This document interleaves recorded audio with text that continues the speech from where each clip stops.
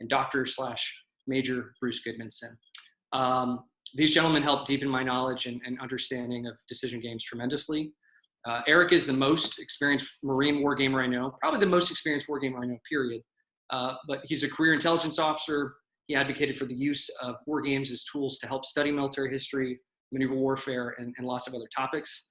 He made me aware of many of the classic tabletop games like Advanced Squad Leader, and was even gracious enough to sell me some of his old wargaming titles, which I still have. So thank you, Eric.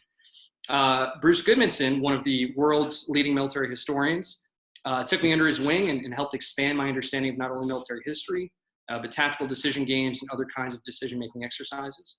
In fact, as I was a pretty zealous college student, and Eric can probably attest to this as well, I'd email Bruce just about every day, asking him lots of questions, which he almost always answered. I said almost always because on some days, you know, he had a life. He was busy writing military history and teaching. He might only answer one of the 3 or 5 questions that I posed for him that day. But we carried on like this for most of my college experience, and I really can't say enough how much both Bruce and Eric influenced me. So how did I get into this business? So in 2009, as I was getting ready to graduate from the University of Arizona, I got my big break, thanks largely to Bruce. So he told me that there was an opening with Marine Corps University Foundation. It's a nonprofit that principally serves Marine Corps University down in Quantico, Virginia. The position was for a writer of decision-forcing cases, or DFCs. I'll use that acronym throughout, and I'll also explain what it is in a bit. He asked if I was interested in the position. I said, absolutely. When do I interview? And his response, to my surprise, was, you've already interviewed. That's what all those questions and emails over these past few years have been. So little did I know I was kind of preparing for this job. It was by far the easiest job interview I've ever had because I got to ask all the questions. So I always thought that was kind of funny. But my position as a case writer was part of a modest effort, modestly funded effort called the Case Method Project, which Bruce led. And the goal of our 2-man operation, which would grow to more people in the coming years, was to institutionalize DFCs in the learning culture of the Marine Corps. Certainly no small feat. So my work was project-based and not tethered to any specific location, so I could work remotely, which was a really, really great advantage of doing this stuff. So that meant when the first opportunity came for me to leave Tucson, I took it. That came not too long after getting my bachelor's degree in 2009.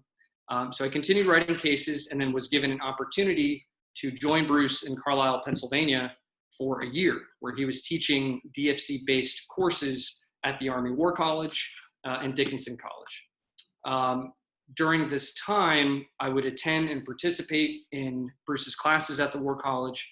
The students included, and I thought this was kind of interesting, the students included mostly colonels from other countries. It wasn't American students. It seemed a lot of, Bruce is a very cosmopolitan person, speaks multiple languages, has traveled all over the world. So he seemed to attract a lot of the foreign officers. So I think we had maybe, in the 2 classes he taught, no more than 3 Americans in each class. They were mostly from Germany, Norway, Iraq. He's now I think a major general in the Iraqi army, but he was then a colonel sitting next to me. We had folks from Yemen, Kenya, Kazakhstan, and elsewhere. So very cosmopolitan group. I also attended Bruce's classes at Dickinson College, which were great because I got to see cases that had just been taught to a group of international colonels now put in front of American college students. I even got to teach my very own first case called What Now, Lieutenant?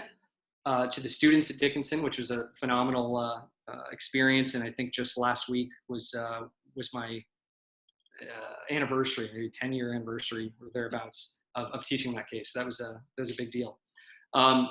While in Carlisle, I became a junior fellow for the Case Method Project, and my job was just to observe, learn, and help produce cases. So I consider this period a major part of my apprenticeship in decision games.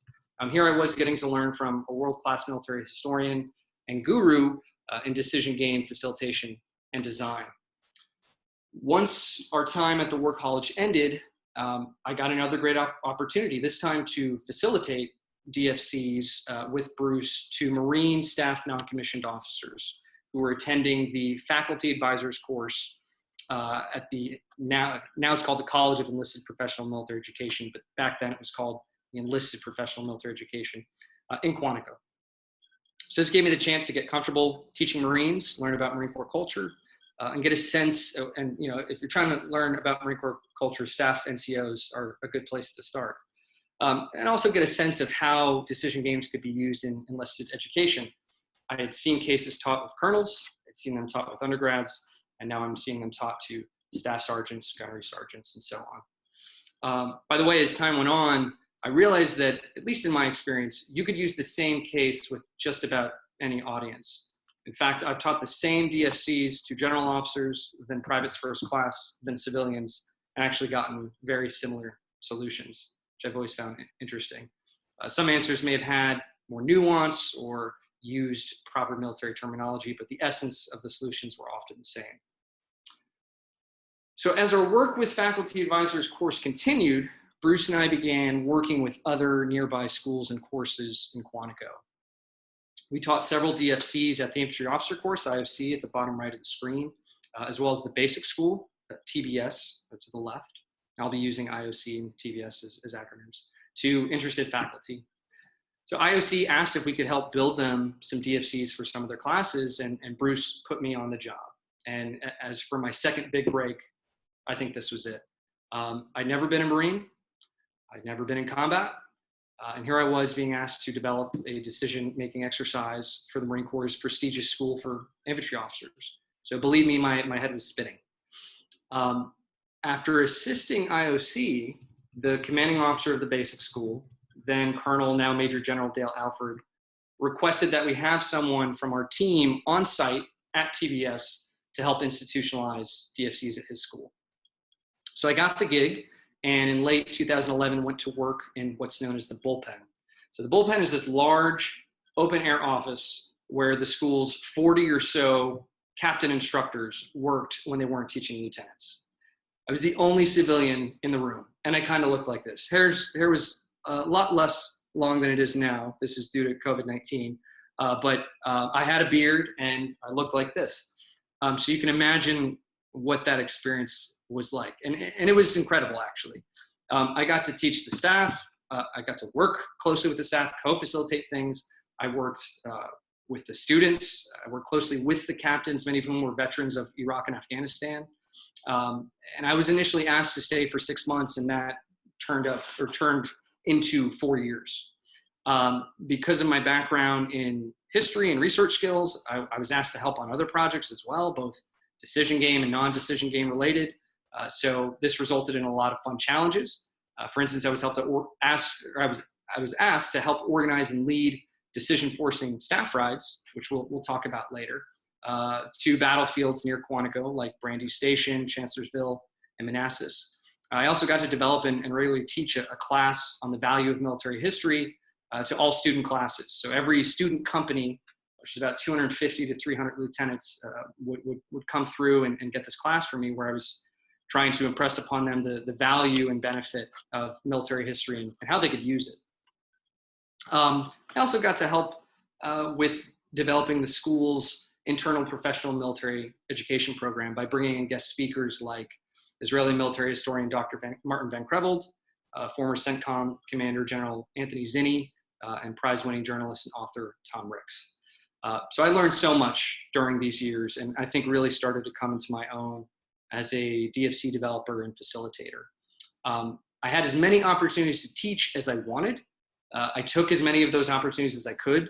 At times, I would call it marathon teaching. I would try to set up as many cases as my schedule would allow and just go back to back to back, because I just absolutely loved engaging with both the captains and the lieutenants. Just amazing people. And I helped to create DFCs for both the basic officer course and warrant basic officer course on subjects like tactical planning, night operations, combat ethics, and others. And getting to work with hundreds of captains and thousands of lieutenants was an experience I can barely I think, accurately described. I learned so much about leadership and teaching styles, and even went to the field to see how all that classroom work with decision games translated to the real world in things like force-on-force exercises. So again, I don't say all of this to say, look at my resume, but just that I've been really extremely fortunate in my career trajectory. In fact, my years at TBS opened up so many other opportunities and offered countless learning experiences. Funny enough, I would not be here talking with you tonight if it weren't for my time at that school. I met my current boss at my work, Cognitive Performance Group, while she was observing a class at TBS. So it seems like so much has kind of linked back to my time there. All right.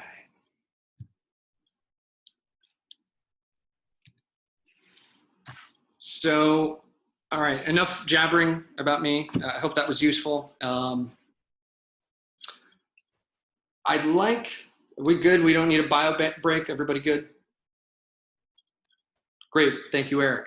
So what I'd like to do now is start talking about the different types of decision games I use with Marines. So the first thing I'll note is that much of my approach to facilitating decision games is based on what we call Socratic Dialogue. So this, of course, draws on the questioning techniques of the famous Greek philosopher Socrates, who is known for asking deep, open-ended questions like, what is truth? What is the nature of beauty? And for our friend here at the bottom right of the screen, why is your hand on my leg? What's going up with that? But kidding aside, my job is to get participants to make and defend decisions, to think critically, and communicate their ideas clearly and concisely. And I do much of that by asking open-ended questions and creating, again, what we call this Socratic dialogue. So principally I use four types of decision games. Tactical decision games, TDGs, decision forcing cases, DFCs, decision forcing staff rides, which, yes, are a close relative of DFCs, and war games, which so many of us here are aware of. So we're going to get into tactical decision games first. So many of you are familiar with TDGs. These typically consist of a fictional text-based scenario that puts you in the role of a small unit leader who has to deal with a tough tactical problem.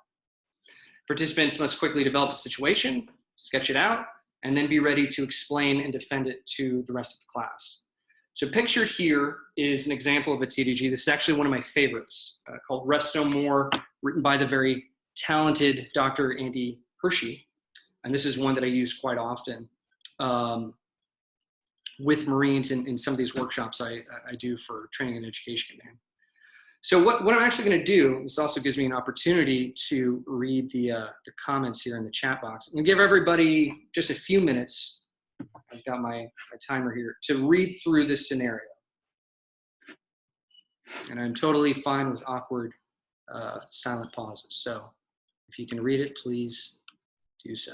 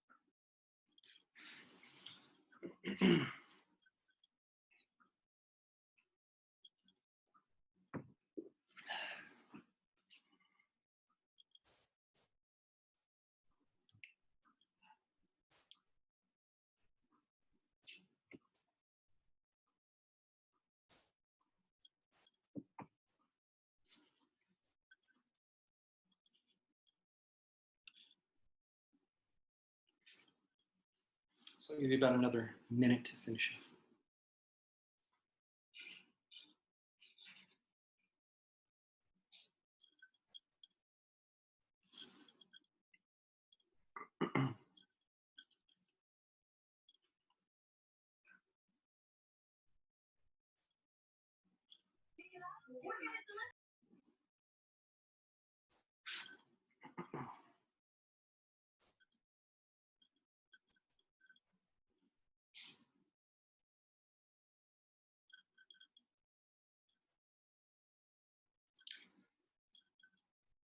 So hopefully that's enough time. So we're not going to go through the TDG, but I'm going to use this to illustrate some of the techniques I use. So the first thing I draw your attention to, get back here.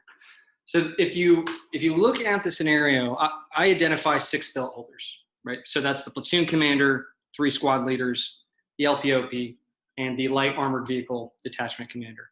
Now, there are also 3 enemy forces, right, to the southwest, northeast, and northwest. That's going to come into play here in a few moments. Excuse me. So the first thing that I insist my participants do is, once they've read the scenario and they've got the problem, I have everybody write down their own solutions without talking to anyone. It might seem kind of master of the obvious, but it really isn't. I think many of us who have taught TDGs have seen sort of this thing happen. You deliver the exercise, or you get to the problem in the scenario, and nobody's written anything down. So you call on someone, and that person comes and briefs their solution, and then you call on somebody else and say, well, what would you do? And they simply just glom on to what was said previously and go, yeah, I would do that as well. Writing things down gets around that. It forces people to make a decision. Not everybody, in most cases, is going to have a chance to brief, but everyone should at least have the opportunity to work through the problem and then write it down and then still be ready to have to defend it. And we want that to happen without participants being biased or influenced by others. And I also ask students to write down their solutions as if they're going to give them to their subordinates over the radio, right? Not like, I would do this or I would do that. It's, no, first squad is moving to the tree line. Second squad is staying here with me. So that's again to get people in the habit of making decisions and also communicating them in realistic terms. So for the rest of No More TDG, everyone starts off as the rifle platoon commander. And then I have everyone come up with their orders for the rifle squad leaders, the 3 rifle squad leaders, the LPOP, and the LAV detachment. And then I employ what I call the brief your subordinates approach. So in the workshops that I run for the Marine Corps, help run, I usually have roughly 18 participants. So when facilitating a TDG like Rest No More, I get the students into 3 groups of 6. Then in each group, I assign the roles of platoon commander, the 3 squad leaders, the LPOP commander, and the LAV detachment commander. The platoon commander then must brief each of their subordinates, ideally verbatim, from the orders that they have just written. So again, this is to encourage realism, it's to encourage practices that you should be doing in the real world. And then we do briefbacks, right? So to make sure that those orders were clearly understood, and they usually aren't, you have the participants brief back what they've been told. So each billet holder will tell their mission, their particular order, back to the platoon commander.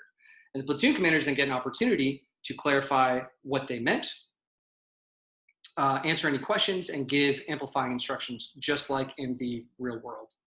Among other things, this is a great chance to test active listening. So it turns out a lot of people are not listening as much as you'd like when the platoon commander, the billet holder, is providing their course of action.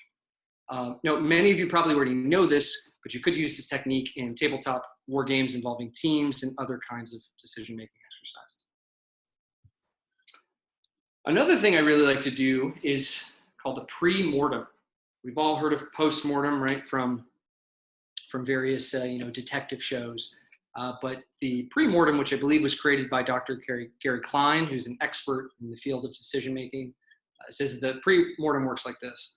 So the platoon commander gives their plan or issues their orders.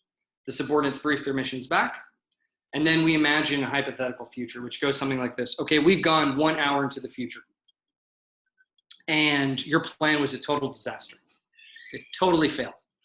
I'm not going to say how or why, but then you ask each student who is not part of the group, who's up at the front of the class briefing their plan, why did the plan fail? Give me one reason. And once you get that reason, you move on to another student and another until you've gone through all the students. And the reasons can be as general or specific as the students would like. For example, the facilitators, a student says, the facilitator told us that the sky is overcast, so one reason it failed. It started to rain very heavily, so heavily in fact that the LAVs got stuck in the mud.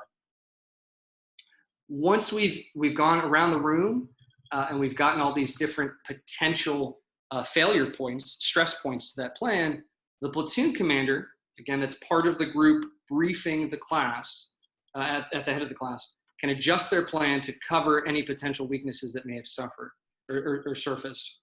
Or he or she can leave their plan as is. It's totally their choice. Either way, this, again, gives students a chance to test the strength of their plans while keeping their pride intact. It's a very typical thing for someone to go up, a student to be picked, go up in front of the class and just get verbally knife-handed by everybody else, critiquing that plan, which actually is a good segue into another technique I like to use, which is called the McNamara Method. So the McNamara Method was developed by Major Mike McNamara, a retired Marine. This might be one of my favorite techniques. And McNamara was an instructor at the basic school as well as the infantry officer course. And when he saw TDGs taught, this is often what happened. I'll give you a moment to read this.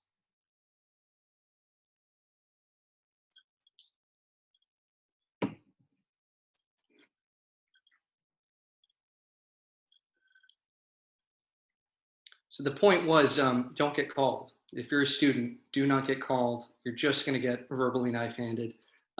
And the learning shuts, the bar of difficulty is so high and the stress is so high. There's just really no point in participating. So McNamara says, we got to come up with something different. And part of his approach is based on the argument that tactical decision games go further than just developing someone's tactical acumen or their decision making. It's also a means of creating what we call implicit communication, which is a necessary ingredient for the Marine Corps' warfighting philosophy of maneuver warfare. The idea being that if you do enough decision games, whether it's TDGs or war games, you start to really know the people you're doing this with. Imagine a group of people who've never met each other, and then they go through weeks of war games and TDGs. They're really going to start to understand who's aggressive in the group, who tends to hold back, who's shy, who's a synthesizer of ideas, who's creative, who's not. So these are things that McNamara wanted to get at in facilitating TDGs. He often called it kind of mind melding, so that in the event when we go to war and I'm on a hill separated from the rest of my unit because communications are down, I've worked with these folks so much doing not just decision games, but other types of training and just spending time with them, that I can reasonably expect what they're going to do given a particular situation. So here's how it works. First thing is you pick a leader. So we'll keep going back to rest no more. So you pick that platoon commander, you pick those group of 6 students, you have them come up to the front of the room. And then the students brief their understanding of the situation. This is not their plan. This is separate from the plan. The plan will come in a bit. But the first thing is, what's your commander's intent? 2 levels up, right? So if you're a squad leader, 2 levels up would be company. So what is the company trying to achieve? And what this helps do is place the students' decision in a larger context, right? That units are not just making decisions on their lonesome in a void, but they're working within a larger framework. And then we ask, what's your assumptions of the enemy mission? What is he trying to do? because war, of course, is a competition between two or more opposing forces. So what is the enemy, the person on the other side of that table, the other side of the map, trying to accomplish? And then what's the enemy's center of gravity? What is that source of power that if we can take away from him, he will crumble? Can we discern that? And if we can, what are his vulnerabilities? How do we get to that center of gravity? And then what are your strengths? Right? What are the things that you bring to bear? So in the rest No More TDG, you've got LAVs, you've got some anti-tank weapons in the form of AT4s. The enemy is mechanized largely. So what can we do? And then in general terms, how do you plan to use your strengths against the enemy and put him in a dilemma, right? Where whether he goes right or left, he's damned, he's doomed. So that's the first part of it. And then it starts to get pretty fun and interesting.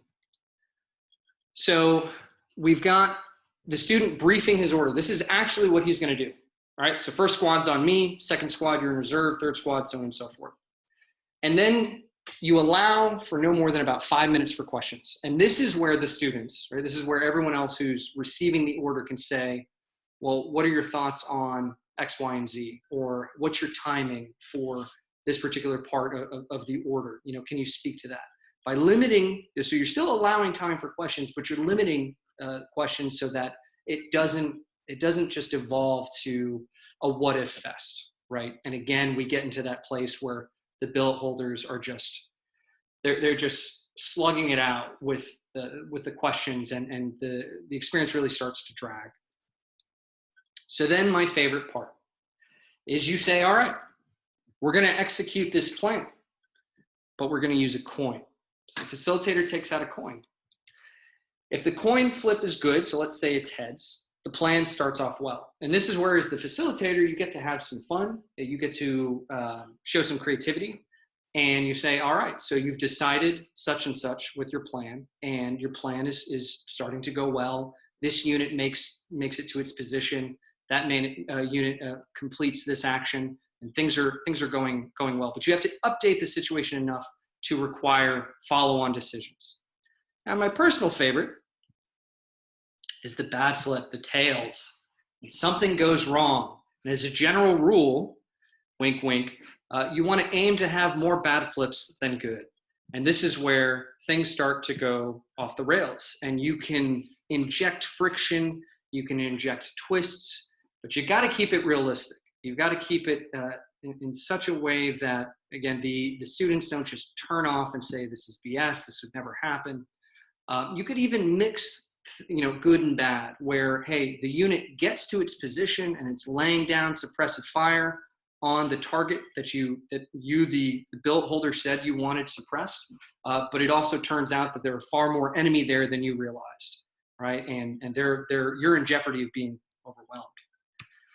So in either case, you've got to tell the students how this, or the student tells us, hey, how does this affect your plan? And do you want to change your plan at all? And then you allow for another brief discussion. You've got questions going on. Again, keep it to a brief exchange, 4 or 5 minutes. And then you flip another coin and you update the situation. So one of the big benefits of this approach is most CDGs end with that problem and the initial solution that the billet holder provides. This gives you more bang for your buck. You could take one TDG and theoretically play it out to its logical conclusion. Next, you can kill, quote unquote, or incapacitate the billet holder and then pick someone else to fill that person's shoes. And then you have that new billet holder. So let's say, hey, platoon commander, you're dead. First squad leader, you're taking over as the platoon commander. And you can go back to our previous slide where they then give us, that new platoon commander is now giving us their understanding of the battlefield, their understanding of their strengths, their weaknesses, the enemy's center of gravity.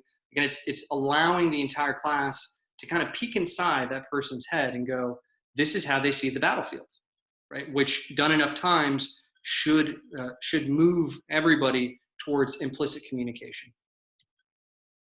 And then you ask him or her what they want to do. Do you want to stick with the original plan, or do you want to do something different? And of course, you ask some good follow-up questions like why not? And then you flip another coin and you update the situation. And I've done this many times at this point, and the students are sitting on the edge of their seat, waiting to see the results of that coin flip. Now, something I also like to do is I will have, so let's say again in these workshops, I've got 3 groups of 6. I've called one group of 6 up to the classroom. Platoon commander briefs his plan. We go through the McNamara method. We do the coin flips. And then I say, all right, everybody, everyone, all 3 groups are going to adopt this platoon commander's plan. So scrap whatever plan you came up with. But the platoon commander, what he's just briefed, we're all going with that plan. And then I'll kill or incapacitate all of the platoon commanders in the room and set them aside. And then what I do for fun is I say, you're now, so I have everybody else resume planning. All right, we just got a bad coin flip. We've got new platoon commanders in place. First squad leader in each group is moved to become the platoon commander. So there's a lot of chaos. But I take the killed platoon commanders and I say, all right, you're now the enemy. Say, you're in charge of and I'll give them more details. So it's actually, a platoon reinforced that's in the Southwest. It's a company minus in the Northeast. And I'll give them a little detail, and I'll give them additional details. Say, okay, based on the situation, what are you doing next as the enemy? And that's something that they can brief later on. So this is one way, I think, to keep those players who've been killed engaged. And now you're also flipping the table, or I'm sorry, flipping the map and looking at it from the enemy's perspective.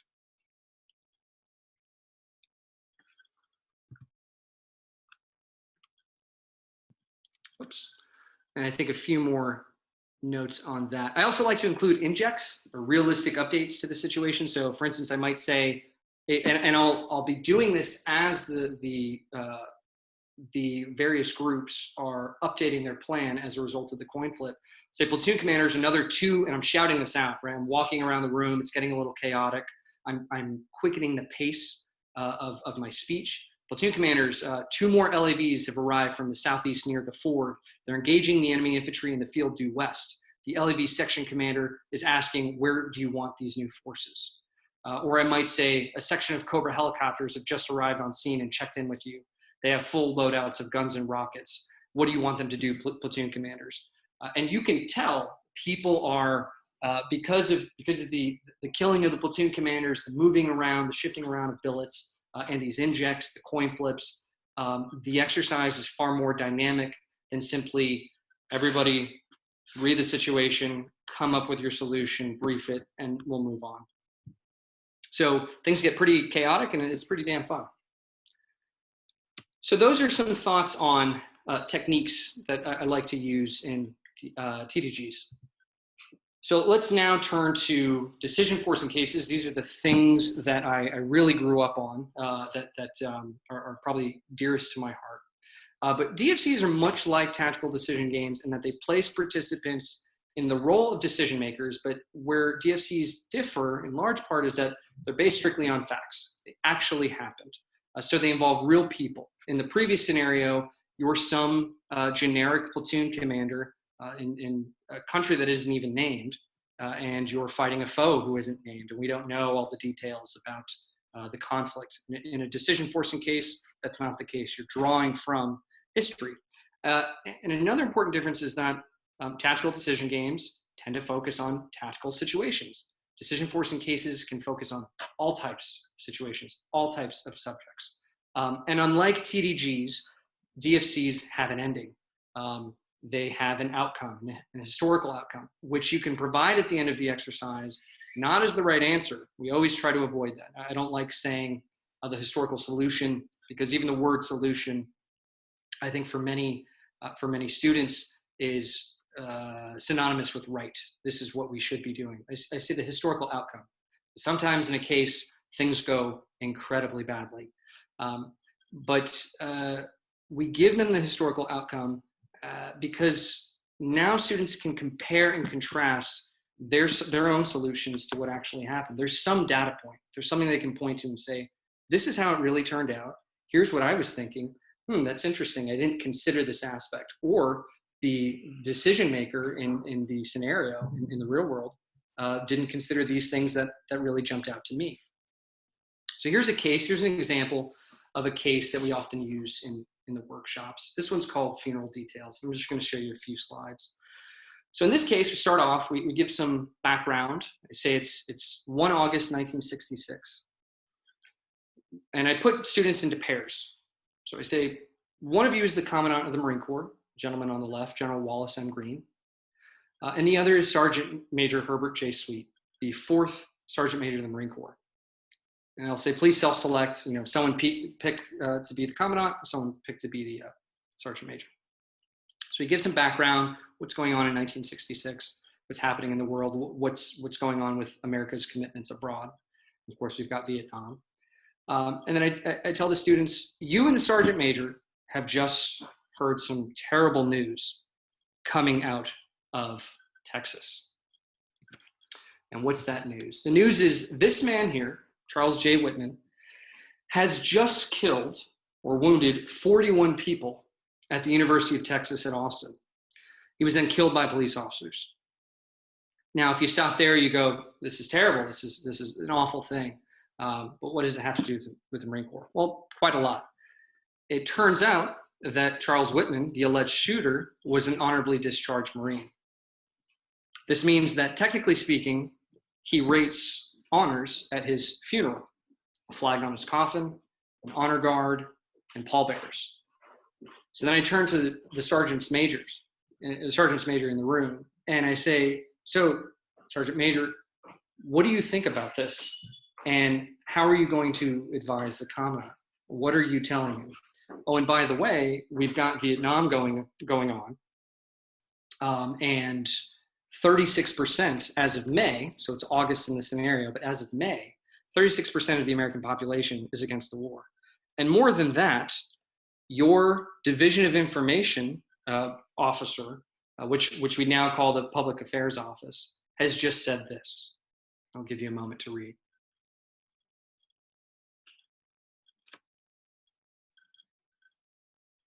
So this is the PAO of the Marine Corps advising the Commandant and Sergeant Major on what to do next.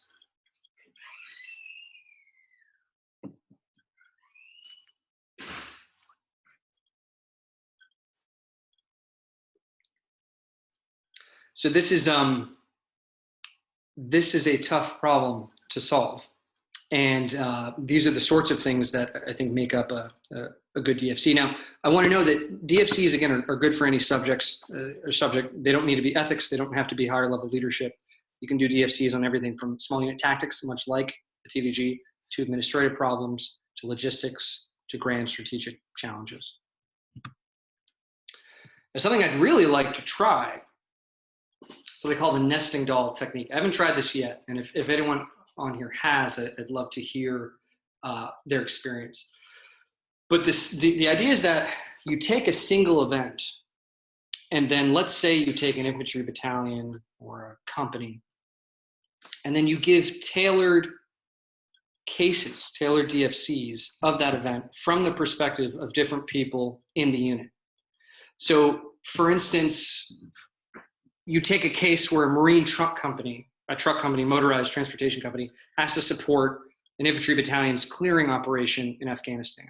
So you give that to, let's say, some captains or the senior leadership in the unit. And then at the same time, you take your staff and the staff sergeants to do a similar DFC, say in a nearby room where they must determine how best to support how best to support the maintenance of that truck company that's getting ready to assist the infantry battalion in that clearing operation. And then finally, say in another room, you take your most junior Marines, Lance Corporals, PFCs, maybe the Corporals, and you give them their own problem, again within that larger context. Hey, you've got 5 deadline trucks. The skipper says that we need to get these things up and running post-haste to help 1st Battalion, 1st Marines with this clearing operation we're doing tomorrow. how best do you want to go about fixing these things? Oh, and by the way, there are all these other complications that we have to deal with. We're undermanned, we don't have enough tools, some vehicles are in worse distress than others, and so on and so forth. And then ideally what I would do is at the end of the exercise, I get everyone together to do an after action review and then see how up and down that unit people responded to the problems at their respective levels. So before we move on to the next type of decision game, I just want to ask, do we need a bio break? I know I've been talking here for a little bit. Happy to take 5 minutes. Yes, so let's take 5 minutes. I'll ask everyone in those 5 minutes, come up with a few questions, right? They can be on what we've discussed so far, what's unclear, what's muddy, what you find interesting, but please take the next 5 minutes. I've got a timer. I will avail myself of this opportunity, and happy to answer those questions when we come back. All right, I'll see you in 5. As we wait for everyone to come back from their break, we'll ask Damien some questions. First question I'll read from Bryant is, as someone who didn't have experience in the Marine Corps working with other Marines, how did you approach gaming solutions that would blend well with the conditioning and molding of officers? Did it require immersion on your part, or did your history background give you a solid base?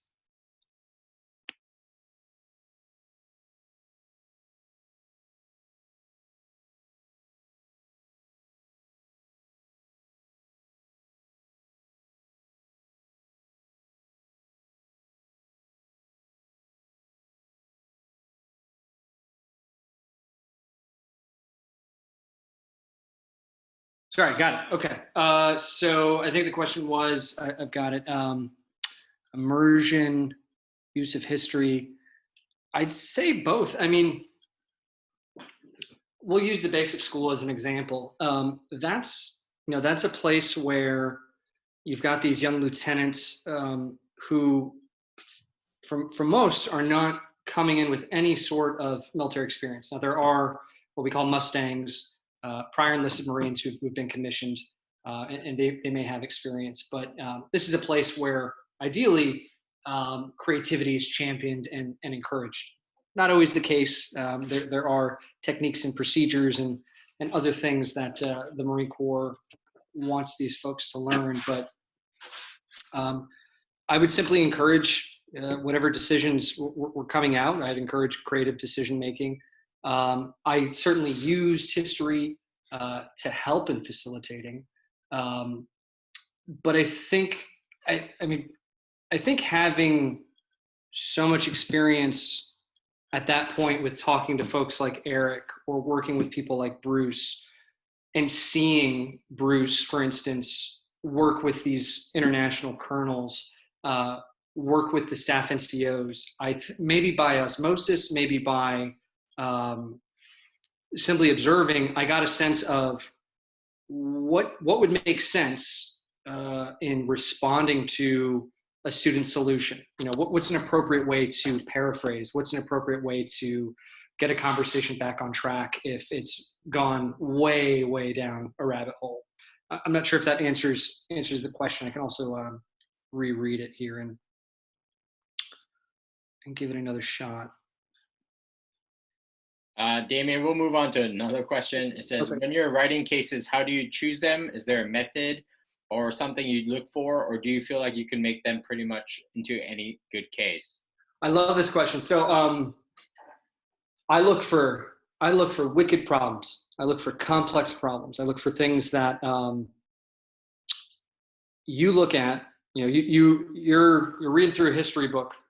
You're reading Infantry Attacks by Rommel, and he's talking about some of his operations in Italy or Romania. And when you, as the reader, get that pit in your stomach feeling like, oh crap, how's Rommel going to get out of this one? I mean, he's got enemies to his right, he's got enemies to his left, he's surrounded. That's your case.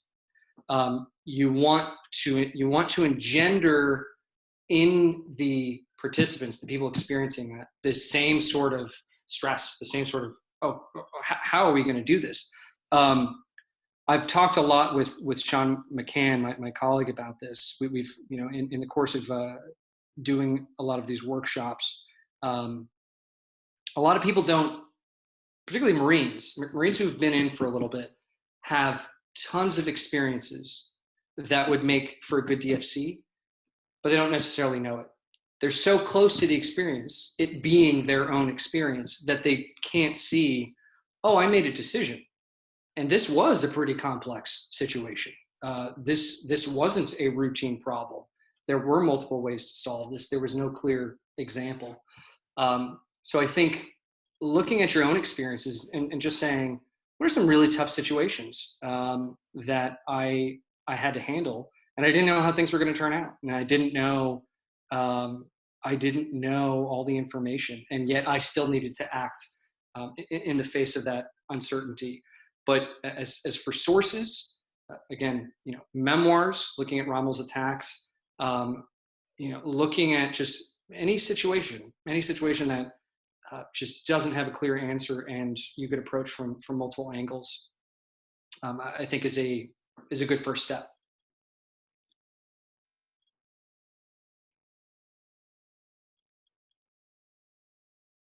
I guess another question here by Ed is, are there any good examples of people teaching cases on YouTube or other some models, social media resources, or other ways to learn more?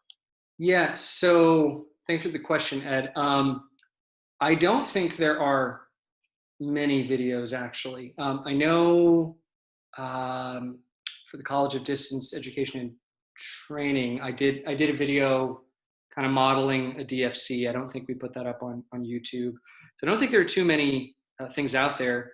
Certainly something I'd like to see more of.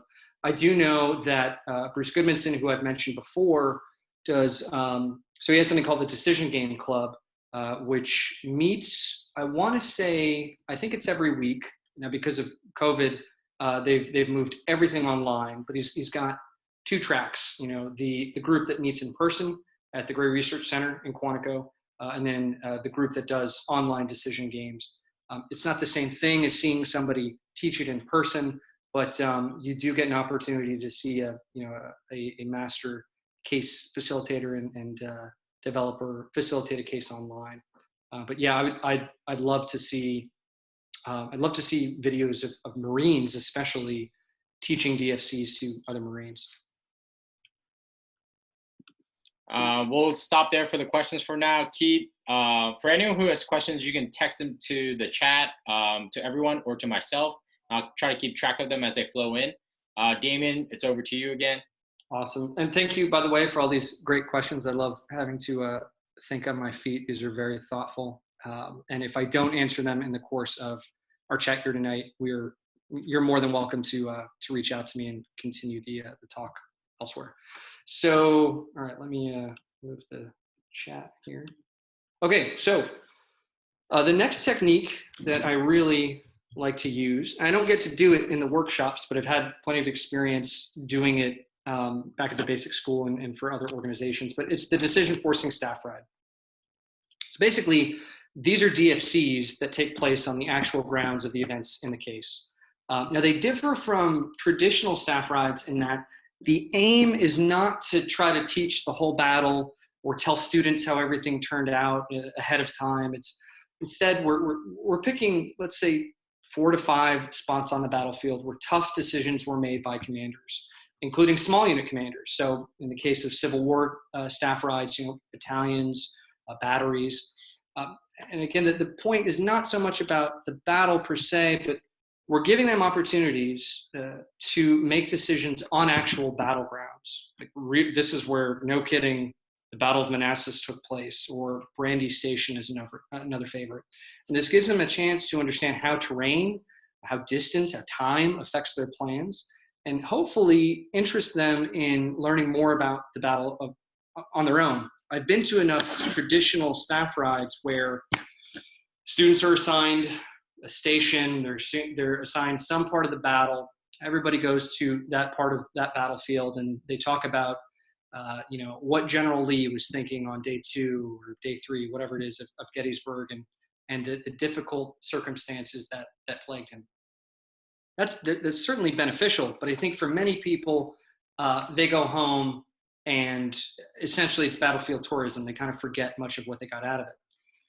What you could do instead is your General Lee. It's day 2 of the Battle of Gettysburg. Here's, no kidding, the map showing the unit dispositions, both of your forces and what we know of the enemy forces. What do you want to do? Or even better, think about Pickett's charge. You could go to the area of Pickett's charge.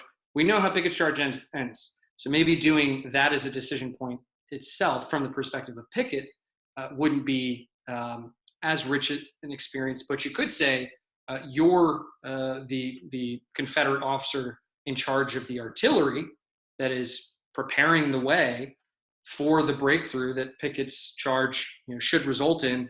How do you want to plan, or how do you want to support that attack? What does that look like? Where do you want to place your guns? What other kind of amplifying orders or directions are you going to give to your guys?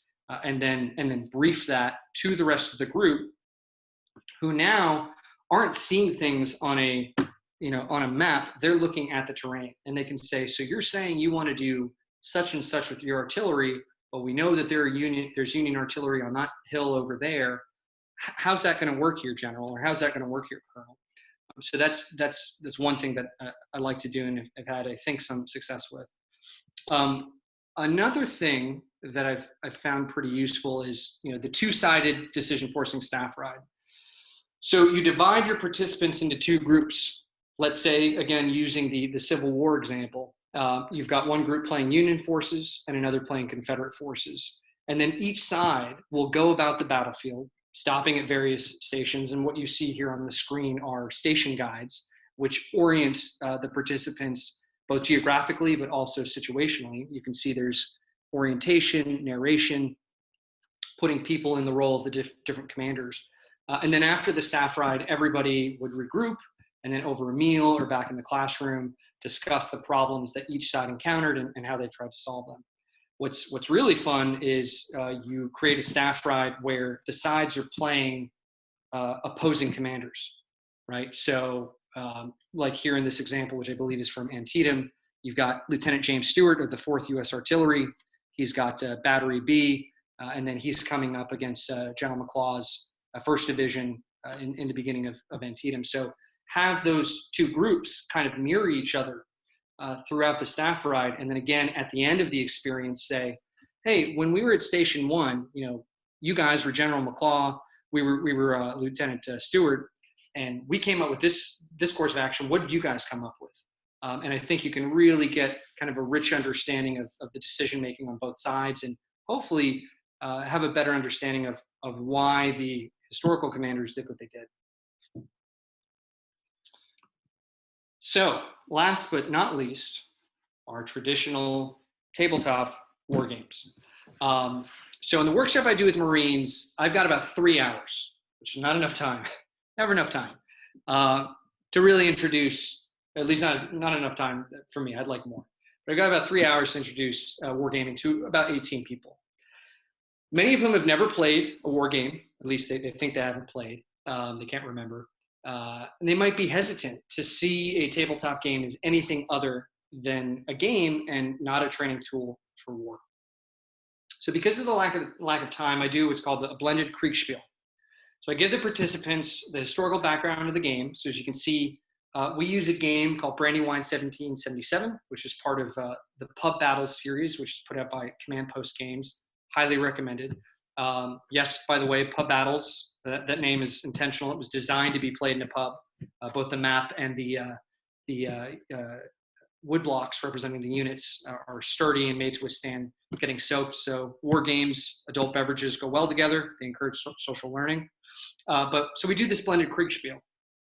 So what I do is I provide the participants with some rules, some left and rights, as they say, kind of general rules on how combat and movement work. But there are lots of places in the game, and Pub Battles, the Pub Battle series is actually designed with this in mind, where the two sides have to stop and figure out, how does this actually work? How would this work in real life? Which I think is great. How would the particulars of this unit movement work, or this combat action would work? It fosters discussion between the groups. And what I also do is I encourage everyone to use what they've learned. I give them some background on how combat in 1717 or 1777 works. Hey, units typically travel in columns, and they travel quickly in columns, but they have to attack in lines. And it takes time to move from column to line and vice versa. And then I also encourage the students to use their common sense and their tactical knowledge as Marines to help work through any problems they encounter. Now, we typically do 2 rounds of Brandywine. The first game is usually very frustrating for the participants. I mean, it's happened so many times at this point that I usually don't worry. But I'll tell you, the first few times it was uncomfortable. But it's interesting because without realizing it, the Marines are testing themselves on a number of levels. They're testing how well they work as a team. They're testing how inclusive they are of fellow players. It's easy to have 2 or 3 players dominate on each side, and then 1 or 2 just kind of hang out to the side. Maybe they think, war games aren't for me, or games aren't for me. How well does each side get everybody included? And it also, things can get heated, right? You've got Marines, keep in mind, right? Your typical Marine, A-type personality, they want to win. So when there's disagreements, things can get pretty heated. You're seeing how well people communicate with each other and how well they understand just basic tactics. So again, it's easy for students to tune out or give up during the first game. And that's where I, as the facilitator, try to jump in. We'll have 2 games typically going simultaneously. So I'm jumping back and forth, or I'm having another facilitator jump back and forth and answer questions. Remind players of the initial rules or key historical considerations, again, line versus column, and resolving problems that the teams don't resolve on their own. And admittedly, I walk a tightrope here because I'm trying to induce what UCLA learning and memory expert Dr. Robert Bork calls desirable difficulties. So the idea is that by making the experience sufficiently but not overwhelmingly difficult through not providing all the rules, having the players have to resolve problems on their own, talking with each other, and really just throwing them into the game. Because I think they get about 20 to 25 minutes of historical background, basic rules, and then I say, all right, let's go over to the maps. That's a bit hair-raising for people, right? I'm looking to increase learning by injecting these desirable difficulties. Most of the time it works. It can go off the rails, and so you do have to be careful. A lot of things I think play into the situation, but I've found that it tends to work. Something else that we've come up with, and this is something that my colleague Sean McCann thought of, was let's select observer/liaison officers. And this is someone that will typically assign in each group, right? So you got 2 games. You've got the British on one side, and then you've got the colonials on the other. So each of those groups will have an observer liaison. And the observer liaisons, as you can see, serve for critical functions. They write down what happens each turn. They're making observations, which we'll share at the after-action review. They'll track which units have taken hits, as well as the overall kind of progression points in the game. This is very critical in these workshops where we're trying to push critical thinking. So we ask the observer liaisons to apply critical thinking, and we'll ask them to use what we call the standards and elements of the Paul and Elder model of critical thinking to their side's moves. You know, why do we make the move? Why are we making the moves we're making? You know, is there enough depth and breadth in our thought process for these decisions we're making? And then most key is that last point you see.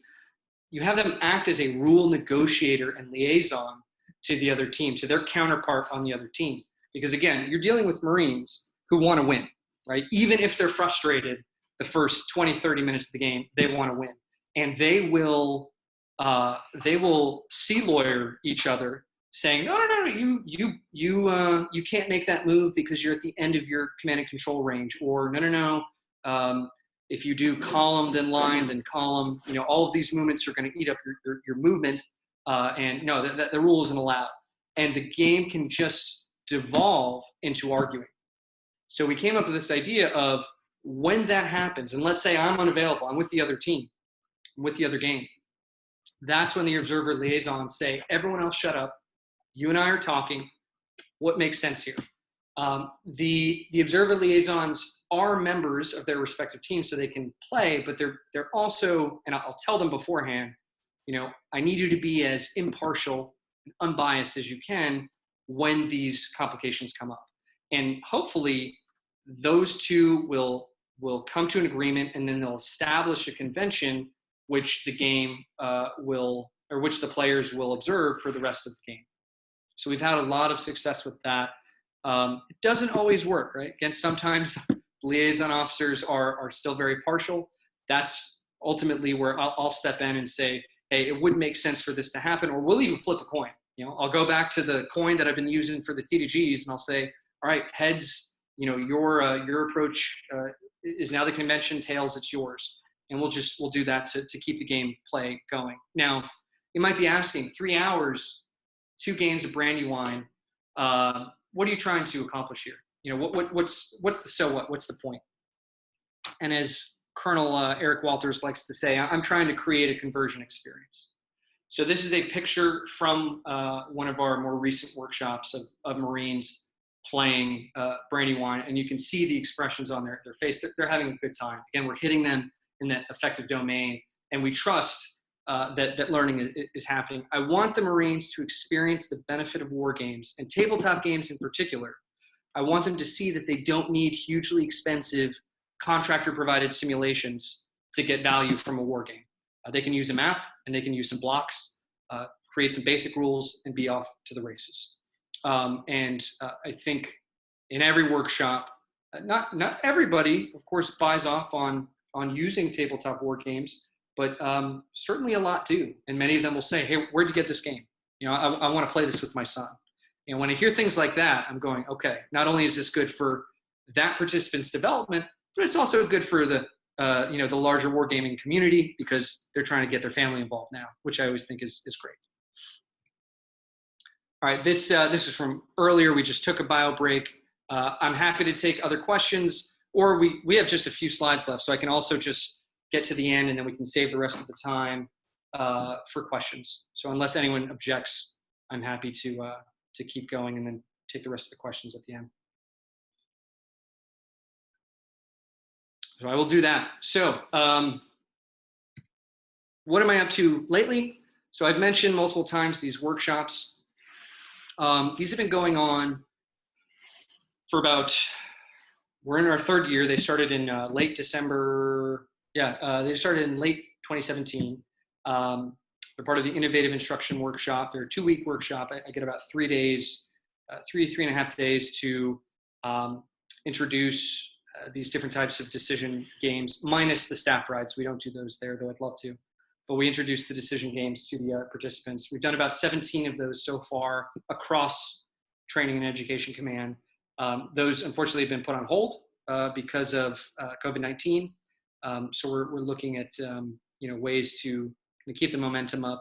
But in the meantime, I've really gotten interested and really put a lot of my focus on this idea of using decision games as recruiting tools. So this is something that I've always found interesting, that we generally reserve introducing TDGs and DFCs and war games for the basic school or for later on in enlisted Marines career. And I thought that's odd. I think if we want decision makers and critical thinkers and all of these other things, let's start at the very, very beginning. And you can't get much more than very beginning than with the recruiting process. So using this to attract people to the Marine Corps, to inform them about the Marine Corps, to start developing people's decision-making skills. So all of that to say this, I wrote an article for the Marine Corps Gazette called Can You Beat a Marine?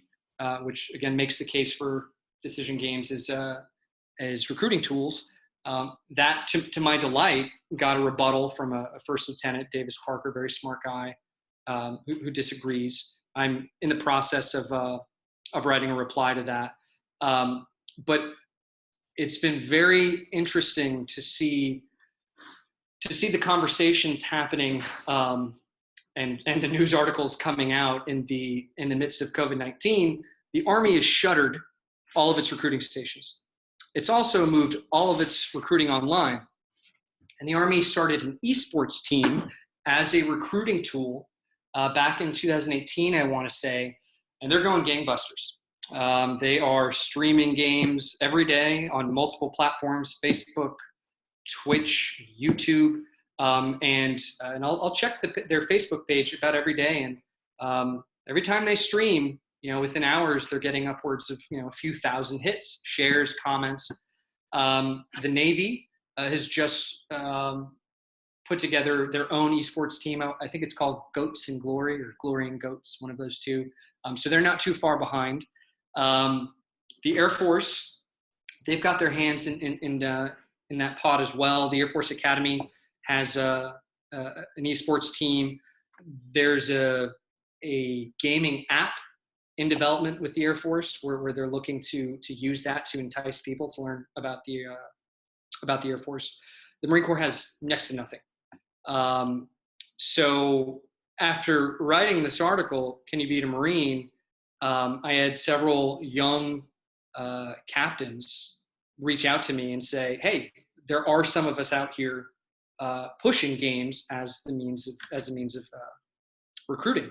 I mean, there's all sorts of stats and statistics that you can draw on. The number of people who are playing games in the United States is just mind-boggling. It's insane. And I think that trend is only going to continue. So one person in particular that I have in mind who was interviewed for this article here, the Marine Corps Times article here on the right, Captain Michael Majetti. So he's out there doing God's work, at least in my mind, in December 2019. So he's out in Texas, but in December 19, he led the Marine Corps' first event at an esports tournament with pretty good results. And he's also pushing to do more things like that. And I've, again, through my network, been hearing from this or that captain or this or that recruiting station commanding officer, hey, we can't do our pool functions the way we usually do it, so we're going to do a Call of Duty tournament, or we're going to do a Smash tournament. And I've said, hey, that's great.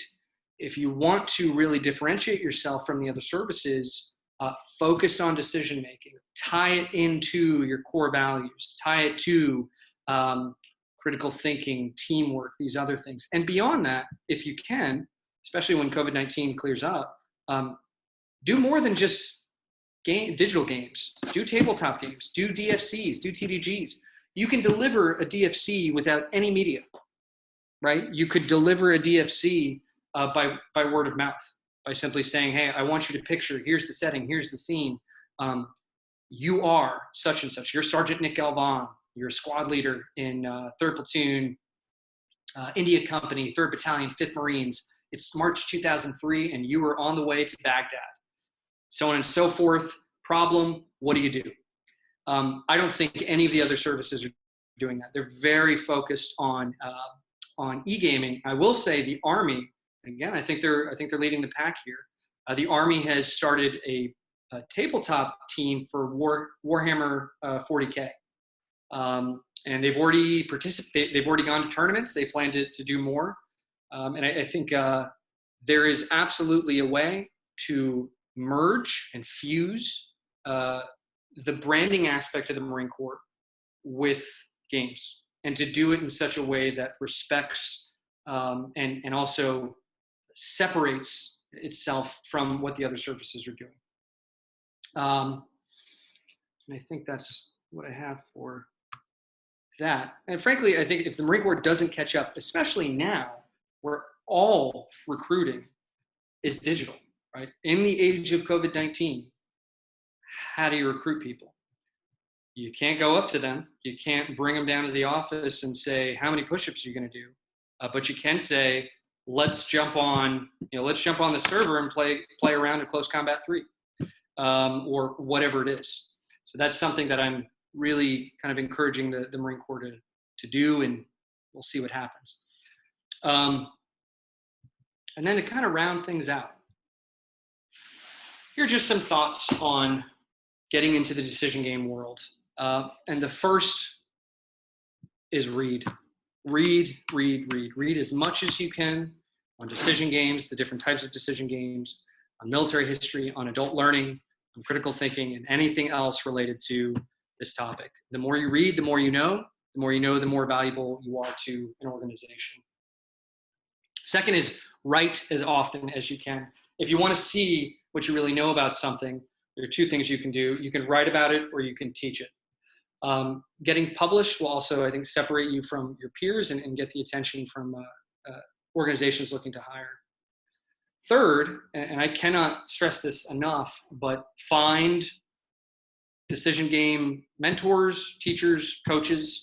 Find your Eric Walters, find your Bruce Goodmansons, find your Peter Perlas, your Jim Dunnigans, your Sebastian Bays of the world, seriously, and email them and find them and connect. Offer to help them with a project or a paper, even if it's just editing something. I wouldn't, again, if you're starting out, don't shy away from pro bono work. I can only speak for myself, but if I did not meet people like Eric and Bruce to help me out early on, I don't think we'd be having this conversation tonight. So I seriously encourage people, if there's a game you're really interested in, whether it's digital or tabletop, and you just really want to understand the mechanics, find that game designer's name, look them up on LinkedIn, and connect and pick their brain.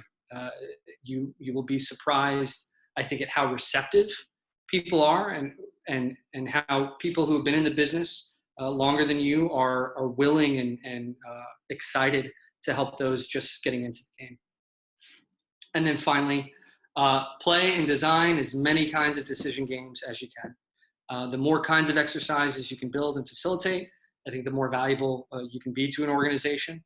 And if for whatever reason you plan to run a war game and the pieces didn't show up with your luggage, or your luggage gets lost, but you still got to deliver something, hey, switch to a TDG or a series of TDGs. Use those coin flips. See if you got some DFCs in your back pocket. You can, I think, achieve, at least when it comes to the educational side of things, decision-making, communication, critical thinking, you can achieve the same goals in a war game that you ought to be able to achieve in some of these others. It's not a one-for-one swap. You lose that, hey, I'm playing against somebody. What I often say is in a TDG, you're fighting the imagination of the author. In a DFC, you're fighting what actually happened. You're fighting against the circumstances of history. And then in a wargaming, you're fighting a living, breathing person who is trying to beat you. But I just offer that as a way of kind of breaking into this wonderful world of decision games. So with that said, questions, comments, curses? I think we've got about 28 minutes left. Here's my contact information. I see a ton of things on the chat box, which I have not attended to. I'm sorry about that. Damien, this is Sebastian. So I have a question for you. It says, do you use quantitative methods like decision quality, key performance metrics, agent-based modeling, or structure analytic techniques to analyze or optimize your games, cases, or research? If so, can you talk about them? So sadly, no, but I'd love to. Sean McCann and I have talked a lot about let's do the research and let's get the data, because I think most of us who do war games, decision games, have a pretty good hunch that learning is occurring, right? We do the TDGs and we see the ahas, or we do the DFCs and we go, something is present now that wasn't present before, which is great. That's a start. But how do we know they're actually thinking critically? How do we know that they're improving their thinking over time? So one of the things that we've discussed is, let's come up with a rubric, again, based on the Paul and Elder model of critical thinking. There are other models, but this is one that we like and is well known in the Marine Corps, even though I wouldn't say it's widely adhered to or used. But let's come up with rubrics and other tools that we can use in research to determine, has there been, from day one with this group to day 30, has there been an improvement of critical thinking that we can point to and say, yes, this is happening. So yeah, to the question, Sebastian, no, we haven't used much of that stuff, but I'd love to. I think there's so much fun, interesting work to be done in the world of decision games and using them as tools to measure growth of various kinds. Another question for you, Damien, is I've heard Wargaming has a pretty hard time recruiting good adjudicators and facilitators. Is there an effort to create training programs for designers? What would be the major considerations? Yeah, great question. As of now, I don't think there's much of a movement. I can only really speak for the Marine Corps. I'll say that in these workshops we do, a fair number of participants come in with some background, some interest, some experience with decision games, and I would love for them to leave, being full converts in the benefit, the value, the use, of decision games, and then continue to develop themselves. But as far as I can tell, there's no Brandon McBreen, who's another huge. I'm a huge fan of Brandon McBreen, and he did a world of good for the Marine Corps in terms of decision games and decision-making exercises. He mentioned, and he had written several articles, I think, on the subject. The Marine Corps had no and doesn't have any course focused on decision-making, focused strictly on decision-making, or focused on decision games. That's something that I pitched to Training and Education Command in 2016, I want to say, of let's have a course or a series of courses, almost a menu that facilitators or soon-to-be facilitators or even people in the Fleet Marine Force could draw from and say, I want to do 2 weeks, a 2-week course on DFCs, or a 2-week course on TDGs, or a 2-week course on digital games. Yes, this would cost money and manpower and all these other things, but as far as I know, there certainly isn't anything for company grade leaders or young NCOs and staff NCOs. They get it in some places. I know the College of Enlisted Professional Military Education has a block on, I think they have blocks on TDGs and DFCs, but the last time I checked it, it's a handful of hours. And I'm not saying that isn't useful and not beneficial, because I've known some great facilitators that come out of that program. But I think we could go so much further. And I see right here, someone saying, yeah, Brandon, you're saying the course exists, somewhat advanced maneuver warfare course. Yeah, so I've got contact with some of the folks at McTOG. I think they're doing great stuff. Again, my only beef with that is who's going to McTOG.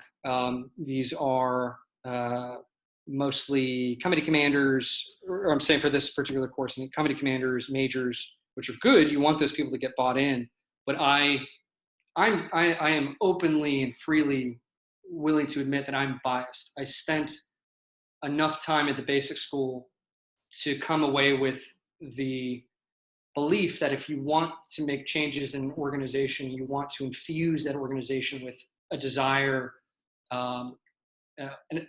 for and an acceptance of decision games, you have to start at the start. Start at the basic school. As far as I can tell, I don't think there's any package or group of classes that lieutenants get on how to teach their Marines. It's kind of like, well, the captains leading you through the curriculum are modeling one way of teaching, but that can be a crapshoot, right? So there's no block of instruction that says, hey, today we're going to give you some rudimentary ideas or tools that you can use when you're a platoon commander, or when you're a section leader, or when you're in the maintenance shop and you've got downtime because of COVID-19. So I think a lot of people are out there trying to do good things. I don't think there's much in the way of what the question was asking now.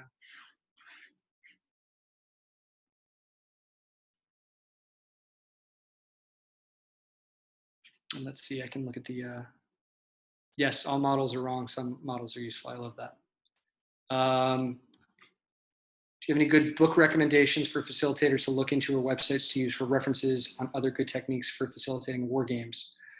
Yes. There are a few things. So I run a group called the Warfighting Society. I help run the Warfighting Society, which is modeled off of Gerhard Scharnhorst's Military Society. We've got a Dropbox link, which you can access, and there are plenty of materials there. Bruce Goodmanson has a website. Please correct me, Eric, or someone else, the exact name. I want to say it's like the Military Instructor Gateway, something like that. If you just go, you type in case method, comma, Bruce Goodmanson, I think Bruce's website will come up. That's mostly dedicated to decision forcing cases. There are lots of other resources that Bruce has and is always happy and willing to provide. And I can also provide lots of materials. And then of course, this group that we're a part of, the Georgetown University Wargaming Society. They have a G Drive, which has lots of good materials. And I know they're adding stuff all the time. So there are things out there. Damien, another question here by Andy says, how do you get past the nerd factor of games and get buy-in from participants? I know you talked about it a bit earlier in your writing, but can you elaborate on that? Yeah, Andy, I think it's a fantastic question. There are a lot of different ways. I think the first is, if you just, I love seeing this every time. We're in the workshop, right? And we're on a 10-minute break, and people are, getting up to get coffee or whatever. And then a ton of people are just sitting there on their phones playing games. And I think most of you guys already play games of some sort. So it's not that far of a jump to think of games as a training tool. The other thing is, the Marine Corps is much nerdier historically than people give credit for. So in this article that I'm writing in reply to the rebuttal to First Lieutenant Davis Parker, does anybody remember what was it? The chess commercial that Marine Corps Recruiting Command put out in, I want to say 1989, 1990. Yeah, this is Andy. Yeah, I'm old enough to remember that. That's awesome. Yeah. So it features a giant chess board with people, some of the characters look like warlocks. There's magic lightning. It's a game, right? It's chess. It's one of the oldest competitive games, I think, out there. The Game of Kings. So that's one reference point that you can call on to say, hey, this is not unusual or nerdy as you think, because that got a lot of people to sign up. Another one more recently was in 97, 98 called Rite of Passage. This was during the tenure of General Krulak, as comment on. But it shows this young man in this arena, and he's braving this death-defying obstacle course, and then he reaches this bridge, and then a chasm. The chasm is filled with this like bridge of energy or light, and as the young man is walking across the bridge, a lava monster appears from below, and this young man has to slay a lava monster, and then he transforms mystically into a Marine. Sounds like the stuff of games to me. And that commercial got a lot of people to sign up. I mean, it's even referenced in Generation Kill. The lava monster commercial. That's what got me to sign up. Or you go on YouTube and you just type in Marine Corps recruiting commercials. Those two that I've mentioned, I think, are the most popular around. So there's that aspect. You can also go the route of, hey, who's used this stuff? What other militaries have used war games? And of course, you've got the Prussians and Germans, who I think are the model. And who was it? The chief of staff, I think it was the Prussian general staff at the time, von Muffling, who after seeing a Creekspiel demonstrated, he said, "This isn't a game. This is preparation for war. I must have it for my army." And I think the Germans knew a thing or two about how to prepare for combat. I think few people would argue about that. So there's that aspect. I think third and finally, I think I think this is a self-correcting problem. I think that many of us are looking at it from the view of our generation and older generations. Generation Z, the generation that will predominantly make up the Marine Corps for years to come, they're all about games. They are all about games. They don't think it's nerdy. They love games. They're playing them all the time. I think the Navy, in one article I was seeing recently, said that young people spend, and this boggles my mind, but young people spend up to 9 hours a day interacting in some form with games, whether it's playing them or just watching other people play them on Twitch. So I think it's really valuable for us to look at this not only from the perspective of those who are currently in favor of games and those who for decades have seen the value, but the generation that's coming up is seemingly all about them. Hopefully that gets to. Yeah, that was great. If I can just take a couple of minutes, I used to teach expeditionary warfare school distance education, and I would bring in my nerdy tabletop games to my students to try and break down this ice. And I had success bringing in Star Wars X-Wing in order to teach John Boyd's, OODA loop. Yeah, that's awesome. And they loved it. As once they got past the nerd factor, yes, and they were like, there's, X-Wing, there's spaceships on the table that we usually have our military maps spread out on. Yep. Yeah. Within 5 minutes, they're in there, they're rolling dice, they're arguing with each other. Sure. So, I wanted to know, those were things, what you just said was very, very helpful. If you can just jump in with both feet, I embrace my nerdiness and just hold it out there for everybody to see. And the young captains and lieutenants, said, hey, well, we like our instructor. He's cool. He's into this. Maybe this is cool. So, yeah, totally. No, so thank you very much for taking the time to answer that question. It was very helpful. Yeah, happy to. And I think you hit the nail on the head.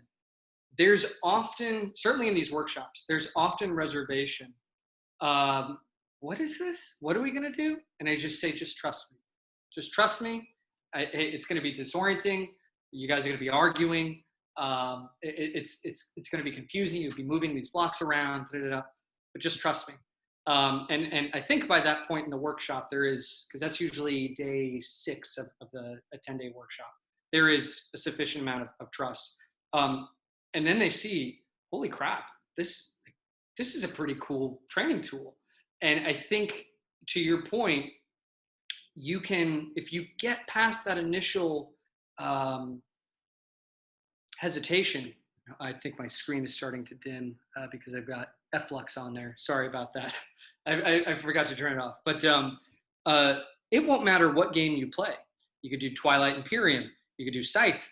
You do all these other things. If you can get them to see that the contents of the game don't matter, the process, that's what matters. It's making decisions, pitting strength against weakness, thinking critically, communicating with your team. We could be playing Rick and Morty.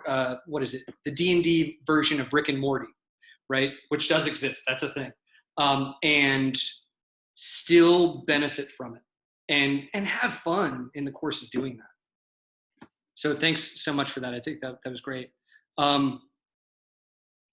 As a facilitator, how do you deal with the fact that sometimes the participants will not have all the necessary information to make a decision, particularly with strategic problems on topics and times people don't know well?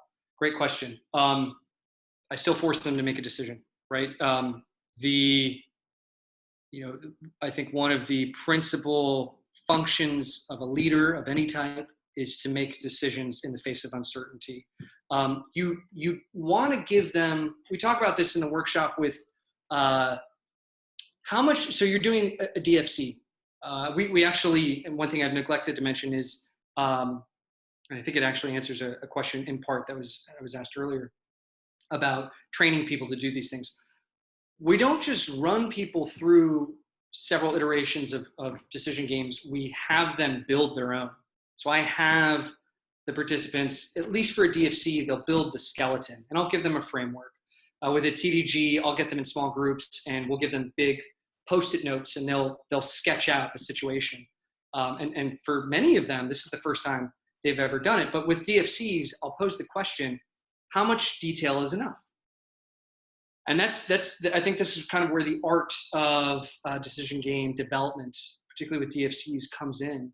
And it's tricky. So the first thing we have to acknowledge is that any of these things is a poor stand-in for the real thing. They're just like, whether it's the best tabletop war game ever designed or the best TDG, it's not the real thing. It's an approximation. It's a simulation. With the DFC, I encourage people to provide only that information which was available, so far as we can determine, to the protagonist, right? To the person in whose shoes we've placed the student. For that reason, I prefer to do cases on more modern events, right? You could do a case on the Battle of Marathon, right? And a buddy of mine, Major Dennis Dunbar, did a case on the Battle of Marathon, phenomenal case, great for teaching tactics. But we can't go back and talk to the Persians and talk to the Greek commanders and say, what was going on in your head when this happened? But if I do a case on Sergeant Nick Galvan, I can ring him up, because a friend of mine, I can ring him up and say, hey, Nick, when you guys were reacting to that ambush, what were some of the considerations you were concerned about? So that's kind of my advice is provide only that which was available at the time and no more. Don't tell them how it ends. Don't give away any spoilers. Don't let the cat out of the bag, so to speak. And force students. I mean, it's in the name of the exercise, decision forcing exercises. Force them to make decisions in the face of uncertainty, so that they get comfortable making decisions without all the information available. Let's see. Just looking for the next question. Lots of great comments. This has been great fun, guys. Do you see a use for computer-based war games in place of observed BogSat for training? 100%. I haven't talked much about digital games, except for, if you recall the beginning of the talk. I'm a huge fan of digital games. I think, though, that with technology, it's easy for people to focus too much on the tech and to lose sight of what's the purpose of the game. I see a lot of games being used to validate concepts or to prove concepts, which I think is certainly useful, but I'm always concerned about that. I'm firmly kind of, I wouldn't say stuck, but firmly in favor of using games as educational tools, as training tools. I think digital games would be great for that. Again, I mean, for recruiting purposes, I would love for some local Marine recruiting station to host a game of StarCraft, or host a game of even Red Alert 2, or whatever's the latest real-time strategy. But do it in such a way, the game has to be facilitated, right? It's not playing. You could even, I mean, I've had enough arguments with people, and I've discussed this quite a bit with Sean McCann. We I think are of the opinion, or the stance, that you could use a game like Call of Duty or some of these other first-person shooters, if properly facilitated, to get at some of these things that we're trying to reach with typical decision games. And I also see there's a bunch of stuff down here. So yes, bottom line is absolutely in favor of digital decision or war games, commercial off the shelf. I'm all about. When working with military institutions, are you looking for the application of doctrinal military techniques, or are you looking for the creative out-of-the-box thinking? So this is a great question.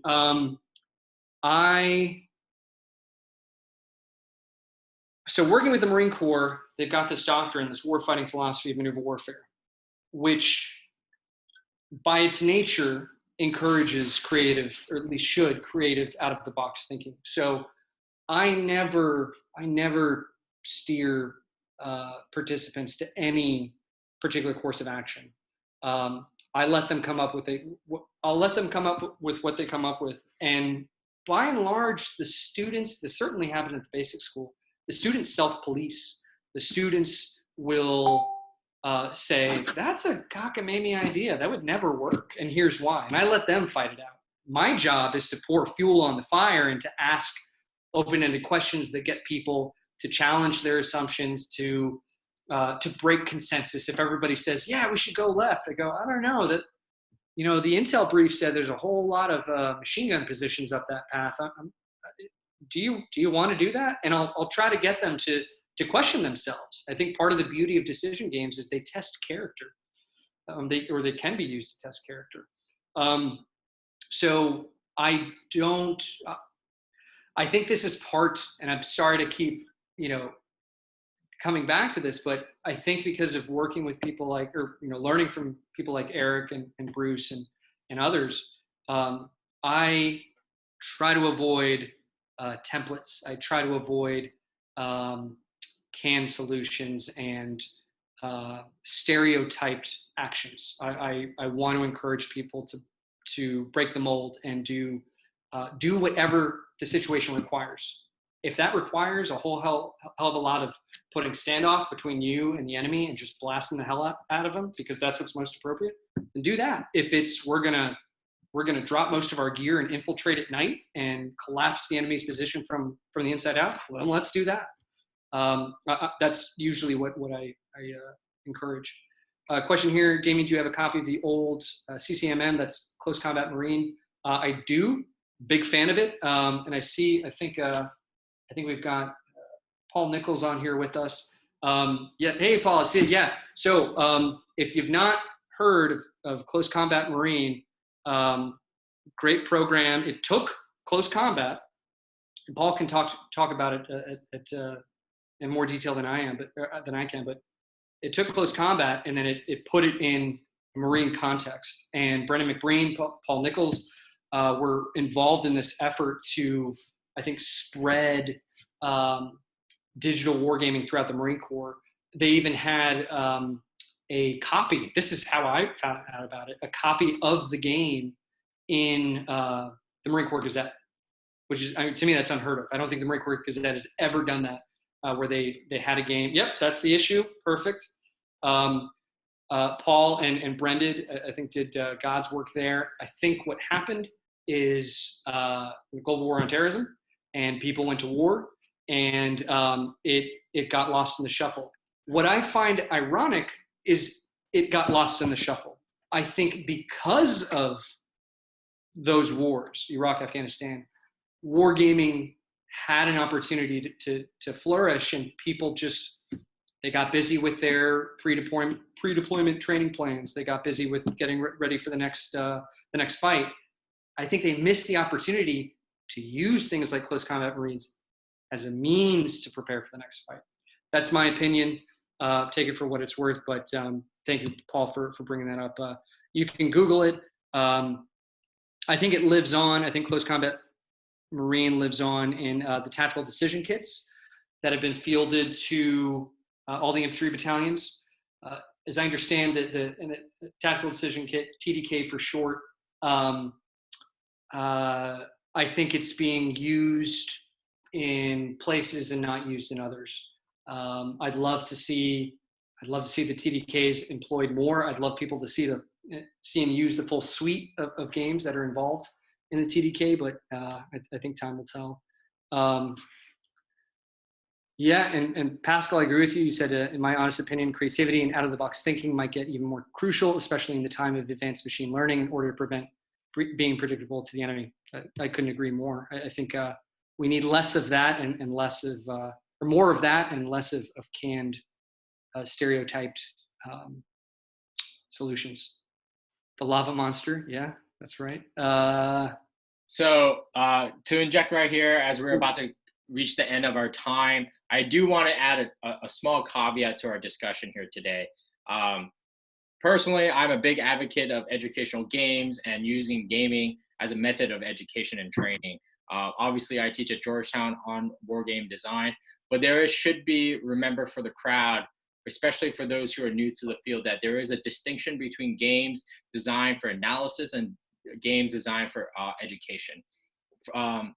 The bar is lower for education because you can in terms of games you can use in terms of using COTS, commercial off-the-shelf games, or other games that have less research or analytical models built into them. But there should be a remembrance that they can't be often swapped between the two categories. So a game that's maybe used for education and has lots of utility in that department may not be great for using a game for, let's say, your dissertation or a research project or analysis for a think tank. So that's my one caveat that I wanted to remind everyone about. And for more of these webinars we will be having in the upcoming summer, please tune into our newsletter, sign up on our website. Our next speaker, I believe, will be Rex Bryan, who will be giving a talk about gaming the non-kinetic. And we also have a great panel that has Becker Wasser, Phil Pornell, Taylor Tieford, and Jeremy Sapinski, who are all accomplished gamers in their own field from all sorts of areas, who will be talking on a career panel about how to start a career in wargaming. So please come back again virtually, and hope you enjoyed our conversation. Please thank our amazing speaker, Damien, for giving us 2 hours of his precious time on a Monday. Thank you all. Have a great evening. Stay safe and stay healthy out there. Thank you, everybody. Have a good night.